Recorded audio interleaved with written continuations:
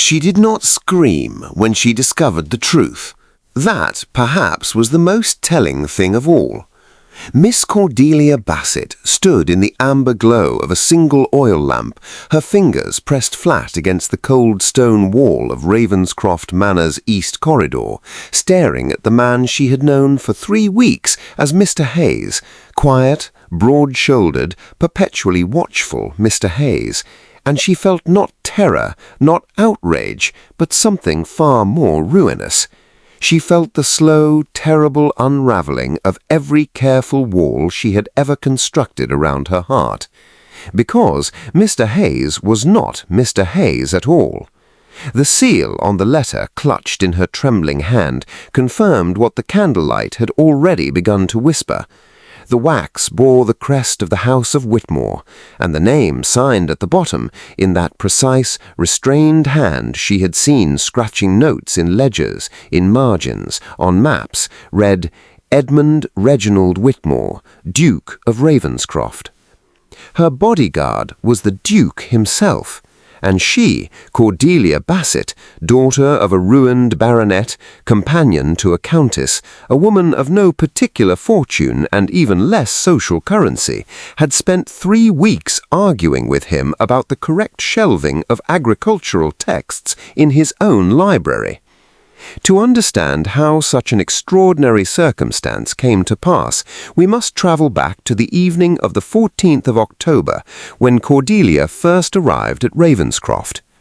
She had come at the behest of Lady Whitmore, the Duke's elderly aunt, who had hired her as a temporary companion while her own lady's maid recovered from a fever. It was a modest arrangement, a quiet post, the sort of employment that a gentlewoman of diminished means accepted with dignity and without complaint. Cordelia had accepted it with both. What she had not anticipated was the state of the manor itself, vast and draped in the particular silence of a house whose master rarely smiled. She had not anticipated the draughts that crept beneath every door like uninvited guests. She had not anticipated the library, magnificent and disordered, its shelves groaning with neglected volumes, and she had most certainly not anticipated him. She had met Mr. Hayes on her second morning in that very library, when she had climbed a rolling ladder to retrieve a copy of Blackstone's Commentaries and found a large, unsmiling man standing at the base of it, arms folded, watching her with an expression of profound inconvenience. "You ought not be up there." "And you," she had replied without looking down, "ought not lurk beneath ladders. It is considered ill luck in most counties." There had been a pause, the sort of pause that, in Cordelia's experience, usually preceded either a dismissal or an apology. He had said nothing at all, but she had heard unmistakably the soft exhalation of a man who had not expected to be answered in that particular fashion. If you are new to this channel, welcome. You are precisely where you belong, and if you have been here before, you already know that the stories on the Duke's lost letters are unlike anything else you will find. Every tale is told with all the heat, heartbreak, and hidden letters of the Regency era at its most dramatic. If this story is moving something in your chest, please take a moment right now to like this video and subscribe to the channel. It costs you nothing, and it means everything to us. Now, back to Cordelia and the man she did not yet know she was falling in love with. Over the days that followed, their encounters became a peculiar ritual.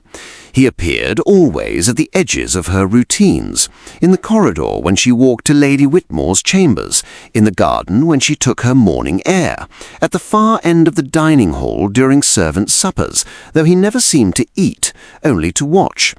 She had taken him at first for a man of extraordinary diligence, devoted to his post, attentive to a fault. It was only later that she understood he was not protecting the manor, he was protecting her. The reason, she would eventually learn, was Lord Percival Dunmore, a name spoken in low tones throughout the county, a man of old money and newer cruelties, who had made it known in certain circles that he intended to ruin Miss Cordelia Bassett before the season ended. His grievance was particular.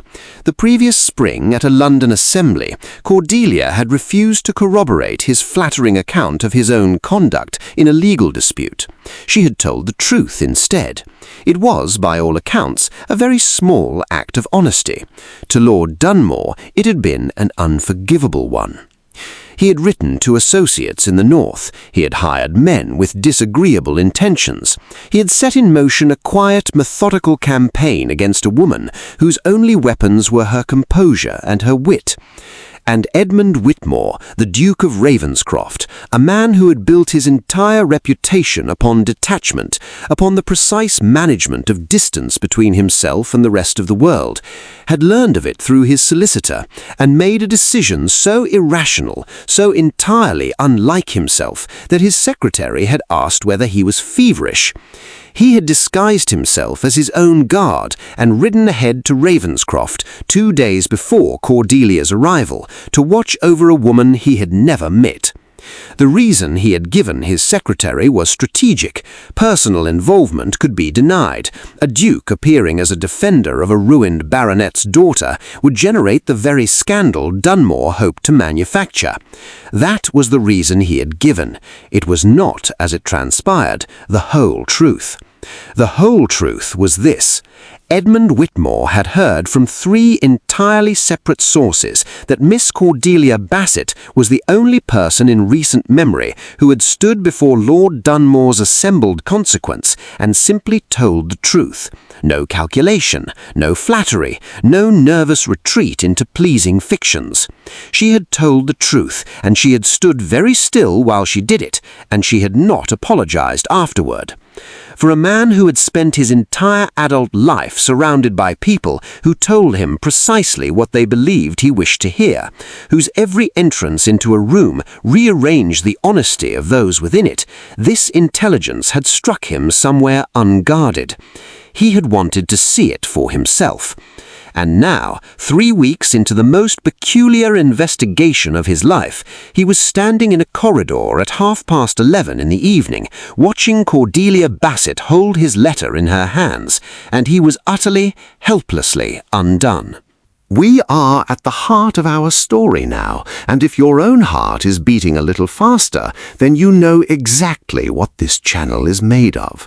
Before we go any further, please, if you have not already done so, hit that subscribe button and leave us a like. The Duke's Lost Letters grows because of listeners like you, and every single one of you matters more than a letter sealed with the Duke's own crest. Now, let us return to the corridor, where Cordelia has just lifted her eyes from the paper, and Edmund Whitmore has nowhere left to hide.